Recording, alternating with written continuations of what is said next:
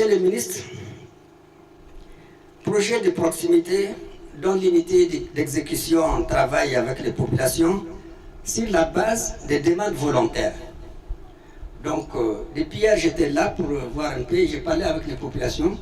Beaucoup pensent que, bon, si le projet va venir les voir pour leur dire, voilà, je vous donne un projet. Non, ce n'est pas comme ça. Chaque communauté, chaque village, chaque entité qui a besoin d'être financée doit adresser une demande volontaire et doit accepter les critères qui sont définis par les projets. Et les activités doivent être inscrites dans les PTCEP des communes.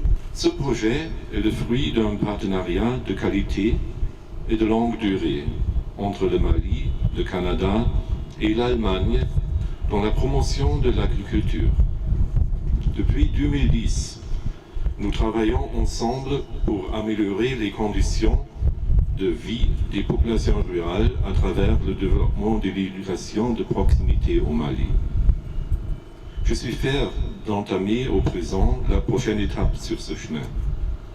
Nous allons collaborer de nouveau pour promouvoir le bien-être de la population malienne et lutter contre l'insécurité alimentaire au milieu rural. Action vise à maximiser le potentiel des agriculteurs, notamment des femmes en agriculture, ainsi que des jeunes, comme facteur de réussite pour le développement durable au Mali. Quelques chiffres, certains ont déjà été mentionnés. On parle de près de 140 micro-barrages, de 10 seuils d'épandage contre l'érosion, de 8 magasins de stockage comprenant 240 tonnes, de 16 nouvelles pistes rurales, de 10 aménagements agricoles. Comme on dit au Mali et même au Canada, c'est pas petit.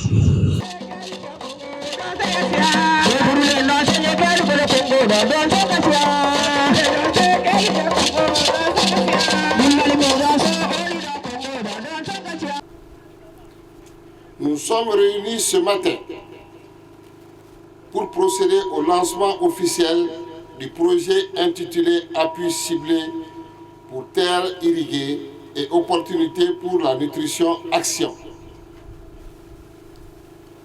Ce projet a vu le jour grâce aux appuis financiers du ministère des Affaires étrangères, du Commerce et du Développement du Canada et des soutiens techniques de la République fédérale d'Allemagne. Le coût du projet est évalué à 50 millions de dollars canadiens, soit 22,5 milliards de francs CFA, dont 367,3 millions de financement interne. Le financement externe est pris en charge par le gouvernement du Canada et la République fédérale d'Allemagne. Sa durée est de 6 ans, de 2021 à 2027. Il est attendu de la mise en œuvre de ce projet, entre autres, des actions suivantes. La construction de 77 aménagements hydro-agricoles constitués de micro-barrages, dont le pont-barrage de Bandiagara, de seuils et de périmètres maraîchers avec comme indicateur la mise en valeur de 2355 hectares et le désenclavement local de Bandiagara. La réalisation de 77 périmètres maraîchers pour les femmes et les jeunes, avec comme indicateur la réalisation de 154 hectares aménagés.